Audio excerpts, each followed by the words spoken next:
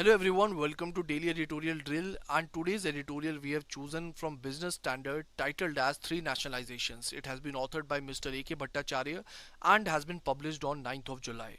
As a part of this editorial, the author discusses in detail the historical context, government reasoning and consequences behind nationalization of three major Indian entities, which is SBI, LIC and Air India.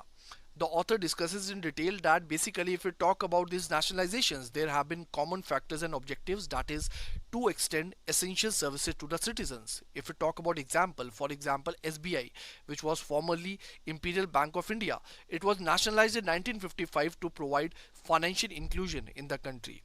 Similarly, LIC was nationalized to broaden insurance access, and thirdly, Air India was also nationalized by the government to expand air connectivity and support India's global presence. But once they got nationalized, these entities faced different challenges under the government control. For example, SBI faced governance related issue, and it was also there in the news. You can see SBI chairman said that ownership of banks not an issue but governance is. If we talk about LIC, it faced tough competition against the private players. If we talk about Air India, we all know that it suffered major losses. And due to this, what has been the current status or the outcome? So the present status of SBI is that it is still under the public control, or it is still under the government control with governance discussions ongoing. If we talk about LIC, it has been partly privatized, and if we talk about Air India, it has been fully privatized by the government.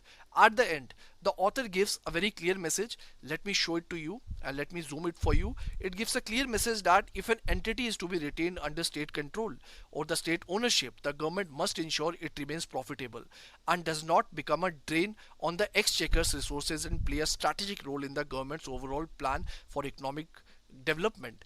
Enterprises that do not, this is very important, that enterprises that do not fill these conditions, they have no reason to continue to operate as public sector units. And this was broadly the spirit of government's public sector policy enunciated in 2021. So this is I would say is the overall crux of this editorial. I hope it was helpful for you. You can write it down in the comment box. So thank you so much and all.